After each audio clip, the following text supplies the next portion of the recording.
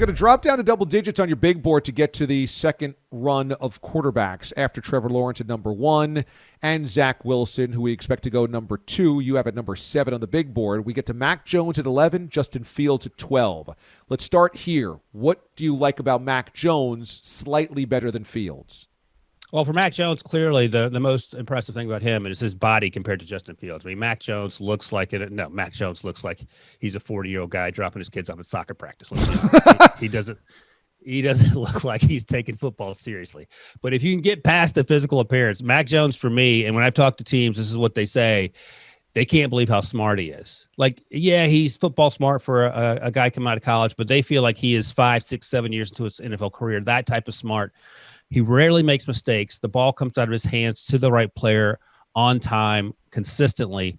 And I've been saying this for a while, and I was talking to people close to Alabama about this. He was better at Alabama than Tua was. And the funny thing is that people had no concerns with Tua being a top 5 pick last year, except for the hip.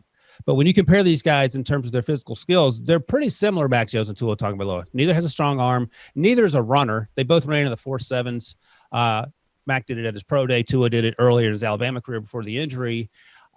The only difference is, and we've heard Devonta Smith and Jalen Waddle say this privately to teams, according to reports, if they were asked who do they want, Mac or Tua, they both said Mac. So that gives you some indication that Mac's just not some guy out there excelling in a high-powered offense. And teams actually feel that way. I've talked to teams back in December before the smoke screening season started that thought he was a top 10 talent.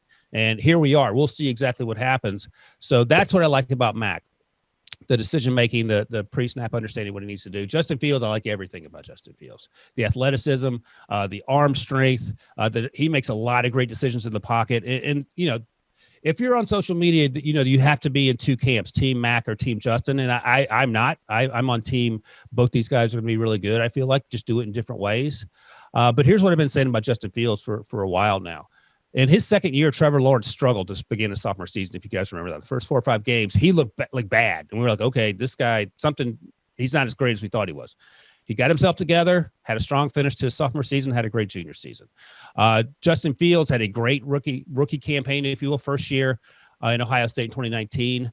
Had a great start in 2020, by the way. His first 3 games, he had 11 incompletions and 11 touchdowns. That's not bad. Then he had that Indiana game where he threw the 3 interceptions and everyone started having questions, struggled against Northwestern.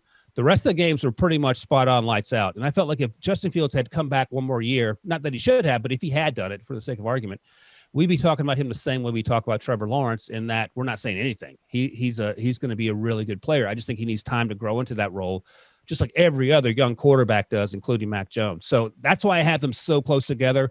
I like Mac a hair better just because he's more ready to play now in my mind, based on what I've seen and based on conversations I've had with people. But if you're telling me Justin Fields goes number 3 to 49ers, I love the pick, and I can't wait to see how that works out with him and Kyle Shanahan. So what's the split there? Why do some people think the Niners grabbing him at 3 is overdrafting, is a reach, etc.? What are people not liking about Mac Jones?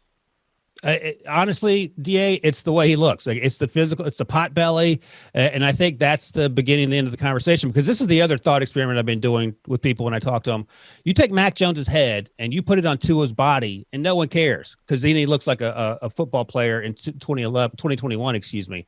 No one cared last year that Tua's arm wasn't great, that he couldn't throw the ball like Justin Herbert threw the ball, for example. No one cared. I mean, he's mobile, Tua is, but he never ran. He wasn't running like Josh Allen or Lamar Jackson or Kyler Murray. He moved in the pocket. He would occasionally run if he needed to. He would buy time and throw the ball. Mac does all those things. He just looks a little differently doing it. And I think that's the biggest hiccup.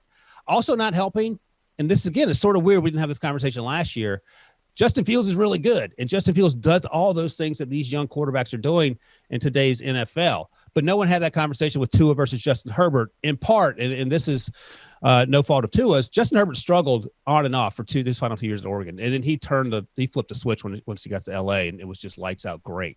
So it is sort of funny the differences a year can make when you have similar type players going in similar type positions, and people get angry about one and not about the other. But I think at the end of the day, it's just the fact that Mac Jones has a little pot belly there. So maybe he should do some sit-ups, and everyone will get on board with the Mac Jones train.